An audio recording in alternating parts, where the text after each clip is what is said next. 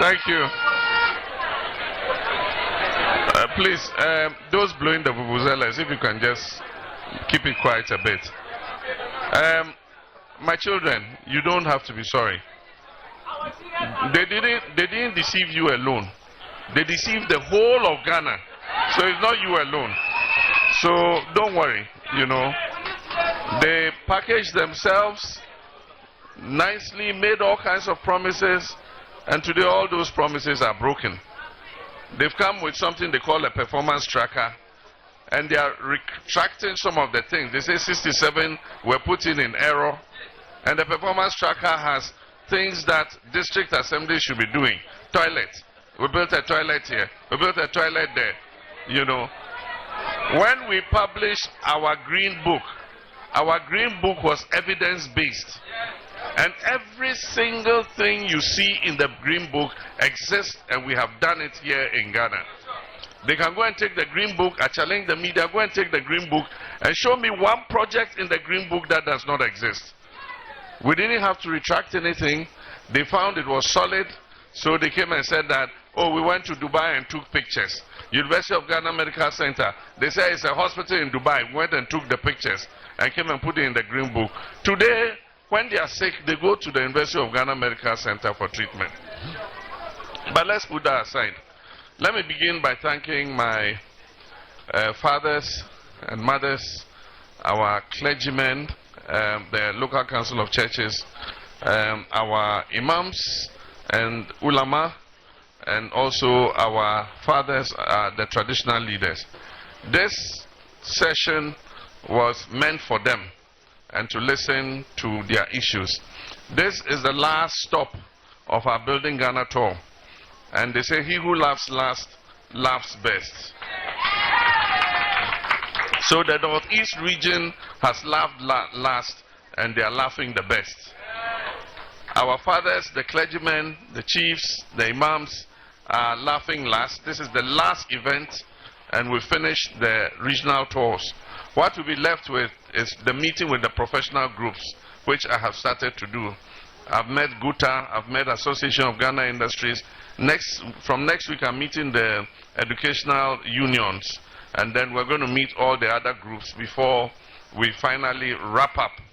And then we expect that the manifesto will come out in July.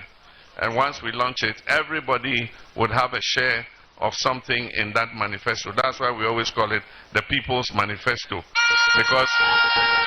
Because we write that manifesto by consulting with the people. We don't let people sit in a room and just write anything. So this is the last stop, and I'm very happy to be able to address the issues that you raised. But before then, I just want to make a point. Young people, who we call the youth, and let's say that is anybody from a child to about 35 to 40 years. Anyone who votes for the MPP, you are voting for a party that has mortgaged your future. This is the party that has mortgaged the future of the youth more than any other government in the history of Ghana. Every government leaves unfinished business and debts for the next government. And that has continued from Nkrumah's time right up to Rawlings to Kufuor to Mills to me. And by the time I was leaving office, the total debt from independence, Kwame Nkrumah's time, was 120 billion cedis. In the short space of 7.5 years, that debt has increased to 610 billion cedis in 7 years. In 7.5 years. And I was telling them in Bopurugu that in 2016, if we divided the debt, if we all decided that we're going to pack our bags and leave Ghana, and so let's share the debt, everybody should pay his, and then we will go. If we divided the debt, all of us would have paid 4,000 cedis.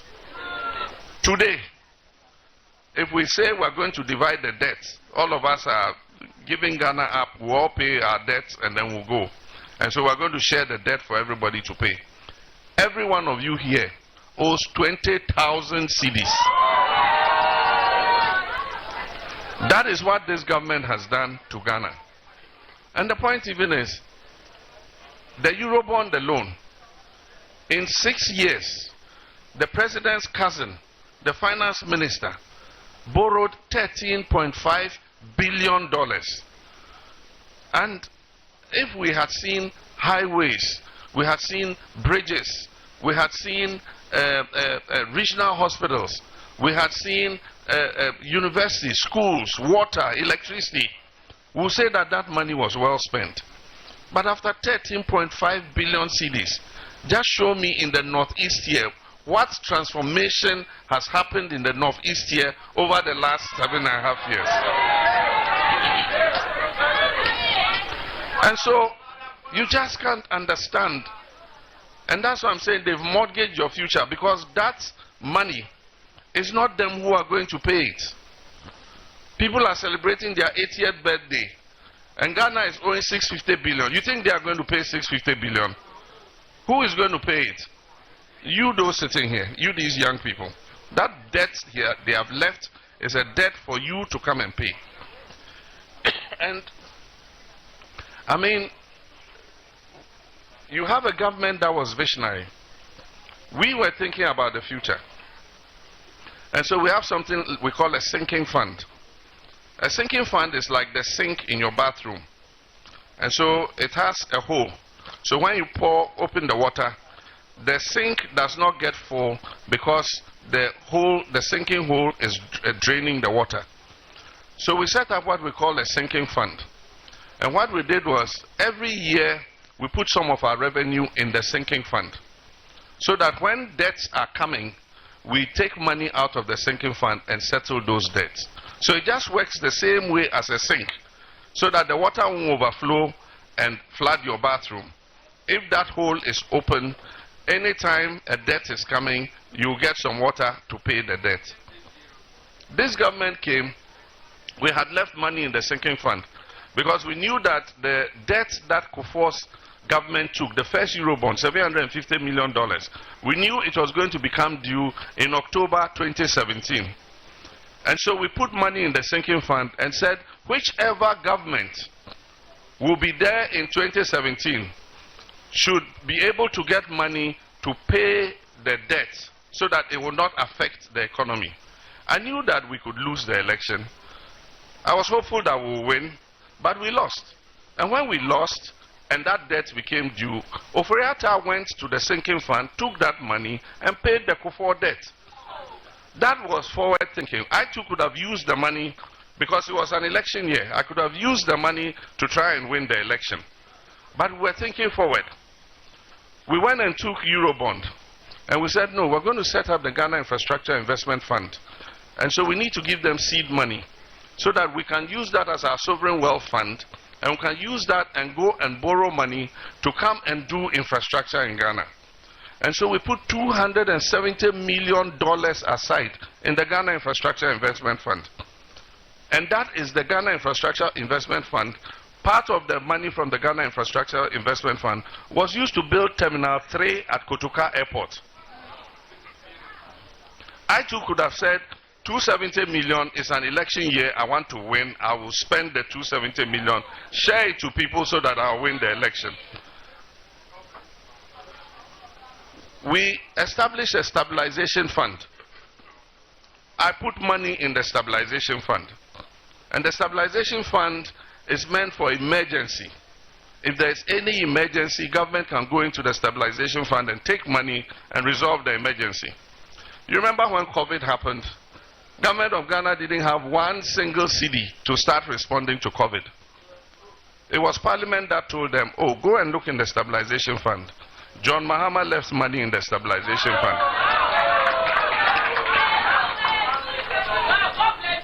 Go and take that money and use it for our COVID response. So Parliament approved it, and they went and took the money from the stabilization fund and started to respond to COVID. Even that money, they didn't use it properly. They gave sole source contracts to friends and relatives. They gave Momo to their party executives and everybody.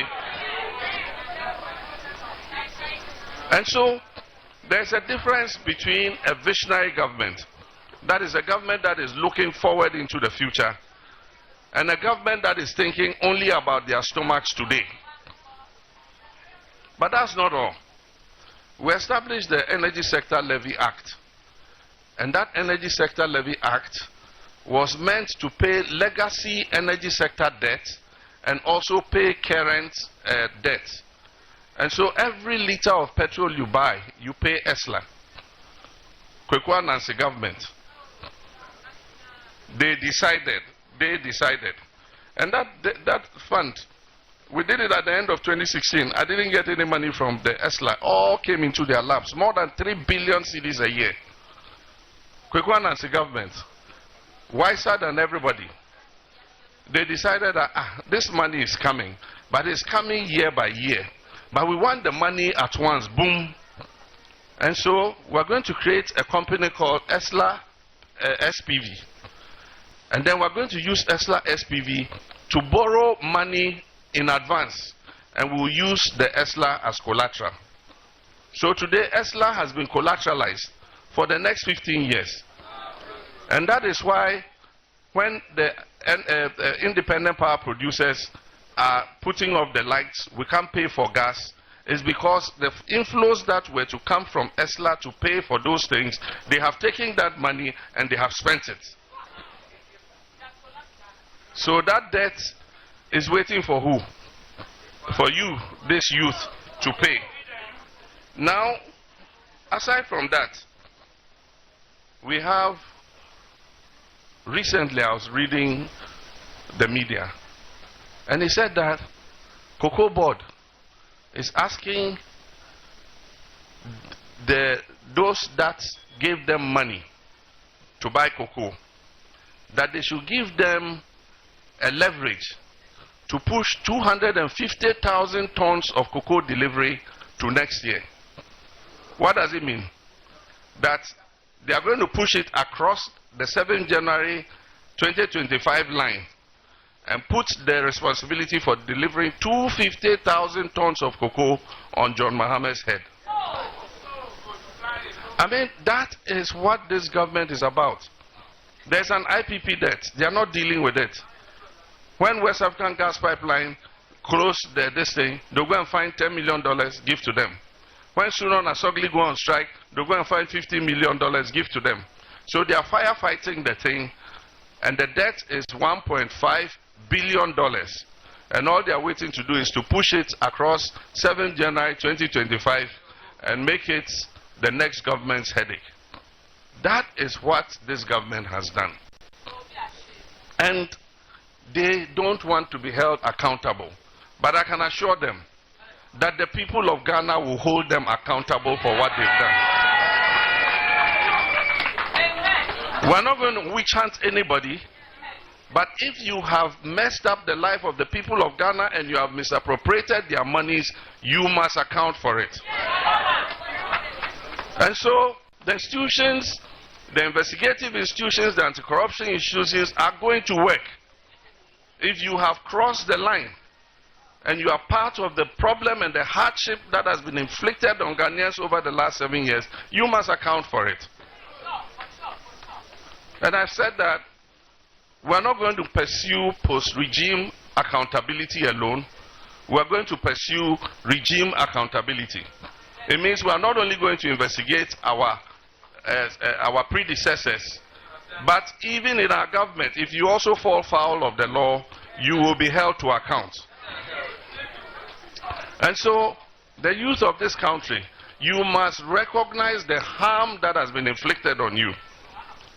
I mean, many of us are senior citizens now. How many years do we have to live?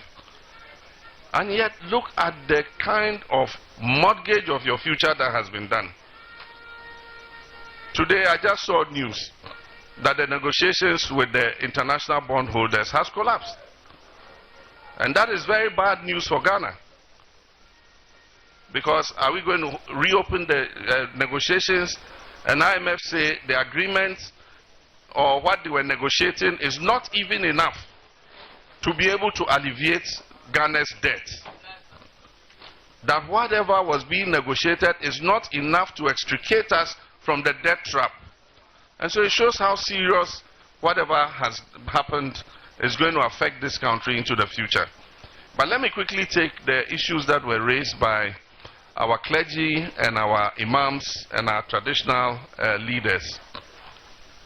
Our Reverend Bani, and I want to thank you very much for your eloquence and the issues you raised. He raised the issue of the Liberian refugees. We all know what happened in Liberia that brought the refugees here. Many years after the war, peace came to Liberia.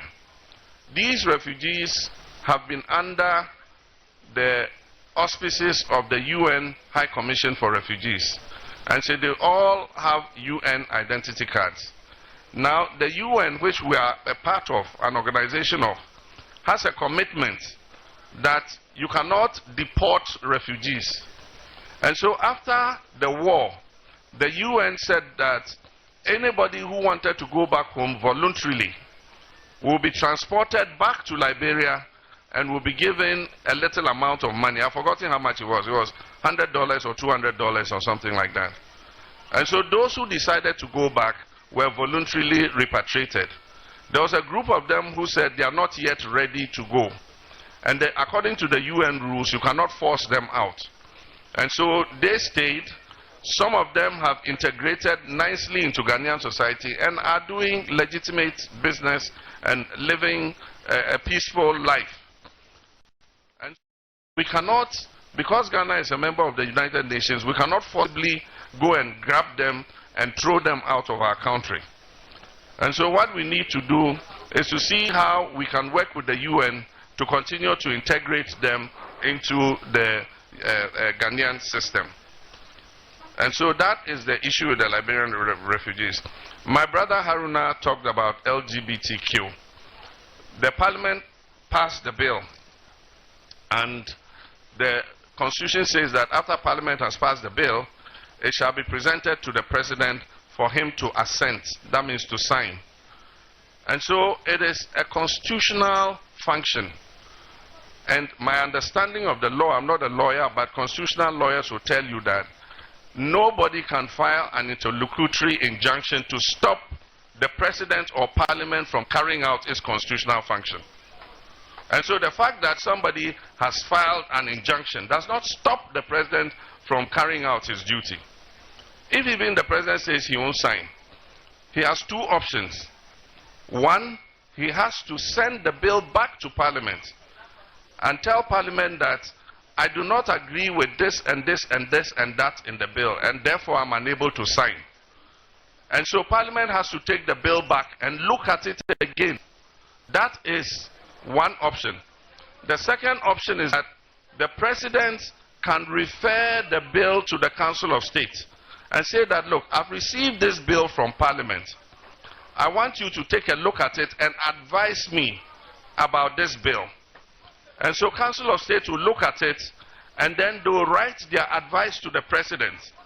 And then the president will take that advice, and based on that, either sign it, or if Council of State raises legitimate issues, the president will send it back to parliament with the issues that were raised by the Council of State.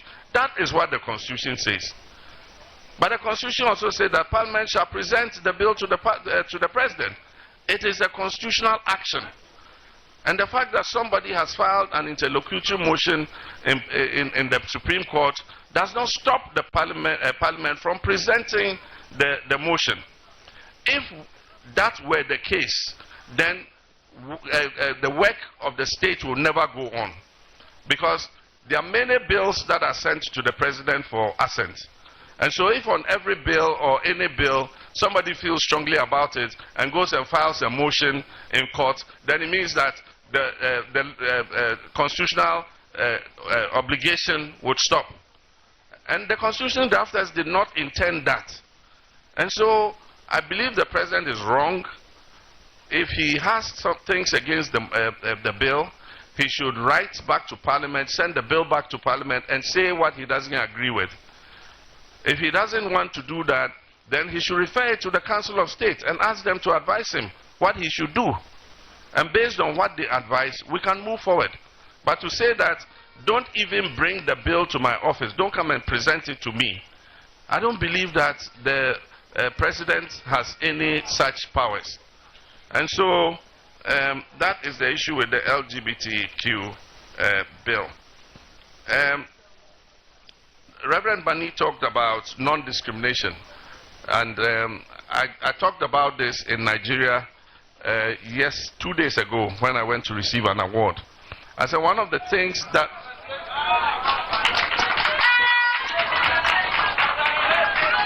Thank you.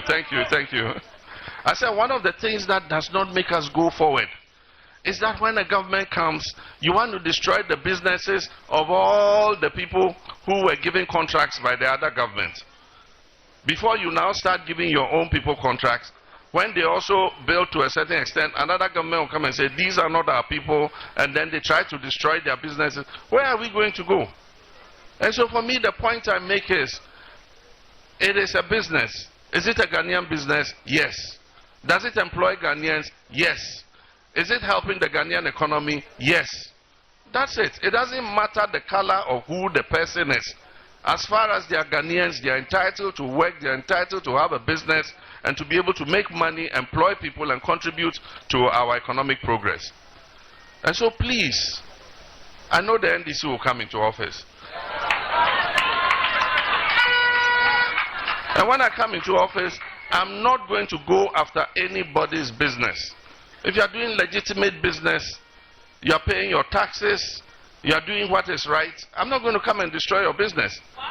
Because if I destroy your business, you throw your workers out. And if you throw your workers out, some of them are MPP, some of them are NDC. And they'll lose their jobs, and their families will suffer. One of the biggest mistakes this government did was closing those banks. Today, more than 10,000 bankers have been thrown onto the unemployment market. Some of them have become bakers. Some of them are Uber drivers. Some of them have gone to farm. And these are professional bankers. Can you imagine the waste of human resources that has happened? And something that you could have solved with 9 billion, you went and created a debt of 25 billion cedis. And so this has been a very reckless government. Reverend Bani talked about Peace Council and Council of State. Council of State is a creature of the Constitution. It's created by the Constitution. And it has its specific roles, advisory to the President. The Peace Council has a law, an act, that establishes the Peace Council. We set up the Peace Council under advice from the United Nations. The United Nations was assisting countries to establish what they call a peace architecture. And out of our consultation with the United Nations, the idea of setting up a peace council came into being. I think that the Peace Council has been a bit vilified in terms of, what they are supposed to do. As soon as something happens, everybody says, where's the Peace Council? As soon as something happens, where's the Peace Council? Unfortunately, they are not the fire service. They are for peace building. They are not for firefighting. And so I do believe that we should give them a chance. But I think that they also must be more proactive. They've done some good things. For instance, NDC going back to IPAC has been because of the backroom diplomacy that the Peace Council held between NDC and the Electoral Commission over several years. They came to my office at least 3 times on this matter. And eventually NDC has gone back to the Inter-Party Advisory Committee. When I was president, we worked with them on the Boko crisis. And they did a very good job helping us to resolve the Boko crisis and bringing peace to Boko. So they've scored some victories, but unfortunately they are not given the credit for the victories they've scored. It is only when something is happening and then the Peace Council is being looked for. So I think we can make progress with the Peace Council if we give them a chance. Reverend Bani said we should use income from our mineral resources for development, for industry and infrastructure. I agree with him. The minerals will finish. And when they finish, we must have something that we have gained from the minerals that we extracted. And so in our manifesto, when it comes, you look at the extractive sector.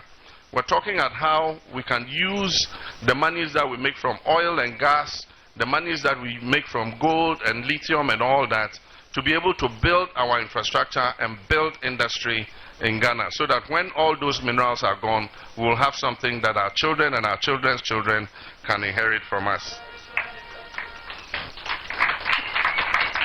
Reverend said I should put my economic team together. I can assure you they are together already.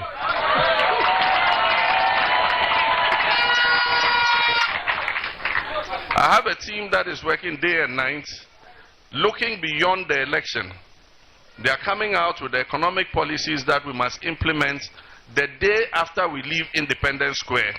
We must start implementing those economic policies. And then his last point was on Galamsey. This president said that if he does not succeed in the Galamsey fight, he's putting his presidency on the line. I want to remind him of that statement he made. And if he was going to follow that statement, then he should have resigned long ago. Because Galamsey is worse than when he inherited office. And the problem with dealing with Galamsey under this government is that it's their own people doing it. Their district chief executives, their MPs, their ministers are involved in Galamsey. And so if you yourself are doing Galamsey, can you eradicate it? You can't. And so let them pack and go. And let the NDC come. We shall first deal with Galamsey that pollutes our river bodies. And then we shall also prevent anybody from mining gold in forest reserves. If there's gold under the forest reserve, let it remain there. The trees are more important to us than the gold that you extract from under there. There are many other places where you can take concessions and mine responsibly. And so we're going to teach people how to do that. With the small-scale mining sector, we're going to map up all the districts that have gold mining. And we know the districts where gold is mined. And in each of those districts, we're going to set up the structures to monitor the mining within their district. And if we come and anybody is doing anything illegal there, we will hold the district chief executive and the mining authorities responsible for the illegal mining. Unless you hold somebody responsible, they will not do their work. And so we'll open Minerals Commission in every mining district. We will employ the young graduates who are coming from the Takwa School of Mines. And we'll send them to all the districts and attach them to all those who have small-scale mining concessions. And they'll teach them how to do the mining responsibly. And if you are mining responsibly, we won't come and harass you. We will not send soldiers to come and worry you. But if you are doing the wrong thing, we will hold you accountable. Centralizing the regional coordinating councils. I hear that there are areas where they use dispersed models. For instance, in South Africa, the judiciary is in Bloemfontein, the parliament is in Cape Town, and the executive is in Pretoria. And so I'm sure whoever is doing this is trying to use that model where he disperses the government machinery. But when you do that, you must have a strong digital connection between them, so that even though they are not in the same location, they have video conferencing, so the regional minister, the regional coordinating director, and all of them can speak to the Lands Commission somewhere, they can speak to the DVLA somewhere, they can speak to whichever ministry it is they want to speak in real time. But if you don't do that, and for every paper they have to drive or send somebody on a motorcycle, then, my brother, you are rather creating waste, because you use more fuel, you use more man hours to deliver things.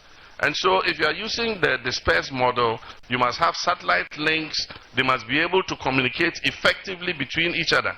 But look at it. You go to somewhere like Cherponi, the telecommunications network is not working properly. And you go and throw, I don't know whether it's Ministry of Agriculture or something there. Yagba is, look where Yagba is.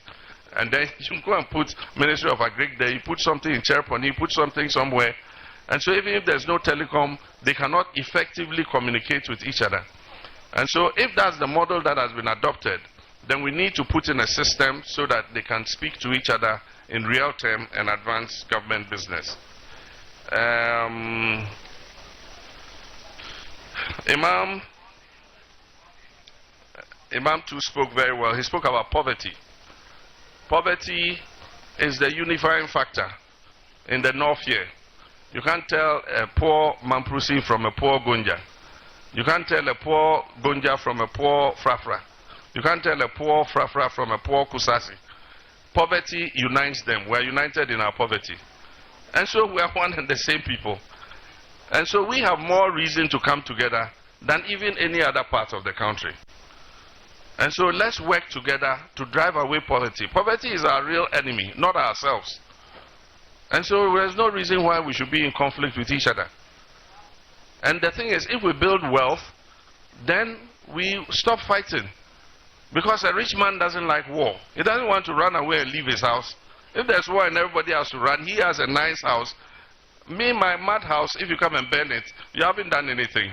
I'll just come, clean the ash, I'll go cut grass again, come and put it on it. But if they burn your bungalow, you would have lost far more than me. And so if we make more people wealthy, there will be no fighting. And that's what we should work to do. And we want to work to do that. We know that our people here are farmers. So we're going to set up what I call farmer service centers. And we're going to bring mechanization support to the farmers. And so we'll have the tractors there, we'll have the harrows, the plows, the combine harvesters, the power tillers, all the equipment that you need. And we'll register all the farmers in the district. And once you are registered under the Farmer Service Center, every farming season, whatever service you need, the Farmer Service Center will come and provide it for you. So they will be the supplier of your seed. They will be the supplier of your fertilizer. They will offer you plowing services. When your food is ready, you need a combine harvester, they'll bring a combine harvester and harvest for you. If you do it on credit, when you sell, you should come and pay the debt. Otherwise, the next season, you won't get that support. But if you have money, you pay for it. And when you sell whatever you've farmed, the money comes to you, and you go and buy your motorcycle, or your Motor King, or your flat screen TV, whatever you want to do with your money. I remember when your chairman, Tanku, was the Hajj Committee chairman. There was one of the years they came, and they said, President, we have worked the calculation. They normally go to Mecca and then find the accommodation. They calculate the cost of the accommodation, the airfare, and all the other things. And they said, President, this year we have to increase the Hajj fare. I said, what? Increase the Hajj fare? Already people are struggling to pay. You want to increase the Hajj fare? I said, no, you won't add a penny to it. Go and work your figures again. They went and worked it. They said, no, it's still difficult. And they said, because of the foreign exchange. I said, oh, is that all? He said, yes. I took the phone, I called the governor. And I said, Governor, can you give us a preferential rate for Hajj travelers? He said, oh, where were they going to change it? They were going to change it on the Forex Bureau. So he said, so okay, I'll give them the interbank rate. And so he gave us a lower dollar rate. And because he gave us a lower dollar rate, we maintained the same 11,900 for that year for Hajj. So when we come, we'll look at the cost build-up again and see how government can work to bring it down. Because it's one of the pillars of Islam. And the Quran says that if you are capable, you must perform the Hajj. And so we will see how we can bring it down so that everybody can participate and be able to achieve that pillar of Islam. Arabic instructors. We are not training enough Arabic instructors. Even though we were the ones who worked for Arabic to be accepted as an examinable subject. And so many of our children are choosing Arabic as a subject. But they choose it and they have nobody to teach them. And so what we did was we said, look, some of our Imams can read and write in Arabic. Why don't we employ them to teach the students while we are training instructors in Arabic? And that's why we brought that system where some of our Imams and others who are literate in reading and writing Arabic, we employed them to train the children. And so we'll do that again so that the children can get Arabic instructors, Imams who can read and write in Arabic. We will engage them to teach the children Arabic. We will decentralize recruitment. And so recruitment into the security services, we would decentralize it, and so we will come to the regions and employ from the regions, so that everybody has the chance to be employed in the security services. Instead of just letting all of you come to Accra, we will come here to Northeast and we'll come with a recruitment team to recruit people from the Northeast. Because if we do that, we'll get a balance of people from all over the country to be able to come and serve in our security forces, so that you all will get the chance. I was saying in Bumpurgu today, they said English and maths is a problem. I said English and maths shouldn't be a problem, because it's not the only way you enter the army or the security services. You can enter as a tradesman. And so if you're a driver, a good driver, you can enter the army, you can enter the police service, you can enter immigration. If you're a carpenter, you can enter immigration, fire service, any of them. And so I'm saying that we'll encourage our young people to practice a vocation. And once you get an NVTI certificate, that shows that you are a qualified welder or carpenter or mason or driver, you can go and be recruited into the security services. And so we'll encourage all of you, would open vocational training centers so that you can get an NVTI certificate and use that to go into the armed forces or whichever force you want. It's been determined that there's limestone here. And so I know that a feasibility study is being done. We discovered limestone in Bupe some years back. And today, Diamond Cement have set up a cement factory there. They are exploiting the limestone for cement production. And so they are praising the quantity of limestone that is available. And we pray that the feasibility study is successful. If it's successful, then it means it can maintain a cement plant here to turn the limestone into cement for sale to the rest of the country. And so as we finish farming, our traditional ruler talked about it. I talked about the farmer service centers. Roads, this region has some of the worst roads in the country. And so roads are going to be a priority for the next government. It is our government that started the Waliwale Nalergu Road. And we're supposed to continue it to Nakpanduri and to Bumpurgu. But it ended after we left office. And so we're going to come and continue it from there to Nakpanduri, so that when you get to Nakpanduri, you can turn left to Boku, or you can turn right onto the Eastern Corridor to Gushegu, Yendi, Bimbila, and to Accra.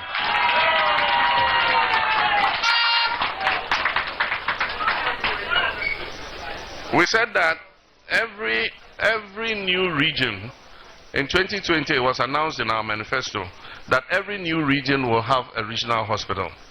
And so we are repeating that promise again, that if NDC wins, the Northeast will get a regional hospital, so that for every sickness you don't have to travel all the way to Tamale. You have your own regional hospital here. We also said that every new region must have a public university or the campus of an existing university.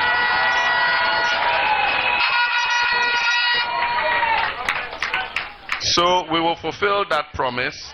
All the 6 new regions will get a public university or the campus of an existing university in all the 6 regions. And then we also said that for the development of sports, every new region will have a sports stadium so that we can develop sports talents. And so that is that. And then finally, my children, the nurses.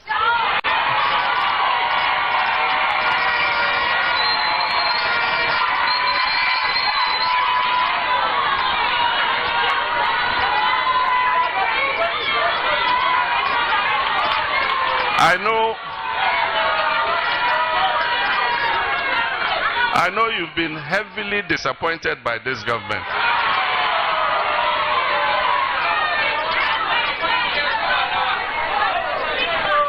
And I tell you not to feel disappointed in yourselves, but to know that you were not the only people who were deceived. The whole of Ghana was deceived. So don't feel sorry at all. They packaged themselves nicely and came with very sweet promises. 1 district, 1 factory, 1 village, 1 dam, $1 million per constituency per year, teacher trainee alawa, nursing trainee alawa.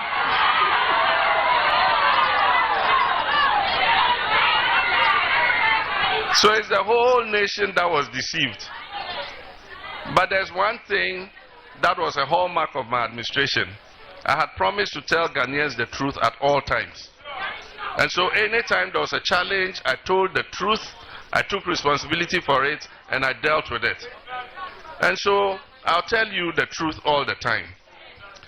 One of the things that countries are doing well, for instance, Philippines.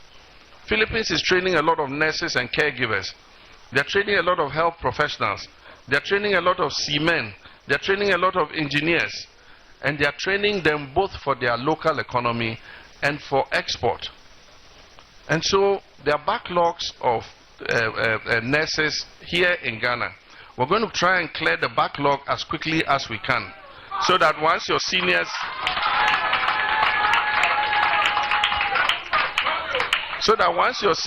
are cleared, you also have a chance when you come to be able to get a job.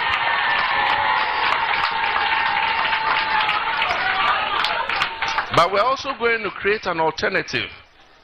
We're going to sign agreements with countries. Philippines has done it. They've signed agreements with countries. And what we'll do is, for those who are sitting, who have not yet been employed, we will send you back to training. We will train you to a certain level to write a certain exam called the IELTS. And when you pass it, you can go on contract for 3 years, 4 years, 5 years, work in a foreign country. You buy your car.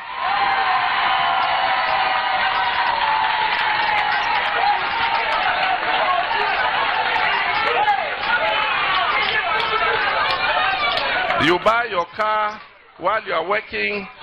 If you want your future husband to join you, you come and join you.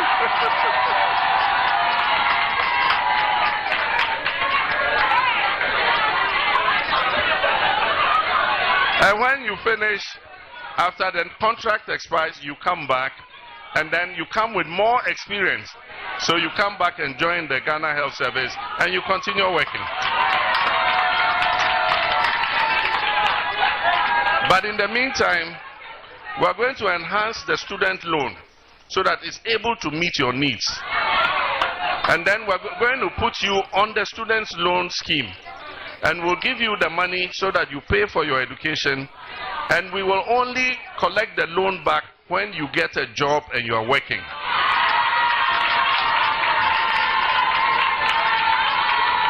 And when you get a job and you are working, we will deduct it small, until you finish paying. And so, time is fast spent. I think I will bring it to an end here. I'll thank all of you. This is supposed to be the last event in the Building Ghana tour. And let me say, it's been the most interesting and most exciting of the events that we have had. And so I want to congratulate the people of the Northeast and thank you very much for the warm welcome you gave us and the very exciting time we have enjoyed. I know that come 7th December 2024, NDC is going to win victory in the election. And when we win, we are going to bring buses and carry all of you to Independence Square to come for the inauguration. And so before I leave, I am standing for the NDC for the presidential elections, but we also have the parliamentary elections. And my younger brother, Alhaji Baba Sedu Isifu, is standing for the parliamentary. And so when you vote JM for the presidential,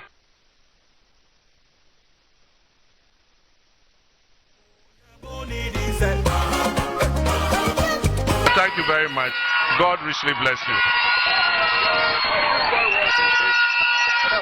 Come. Okay.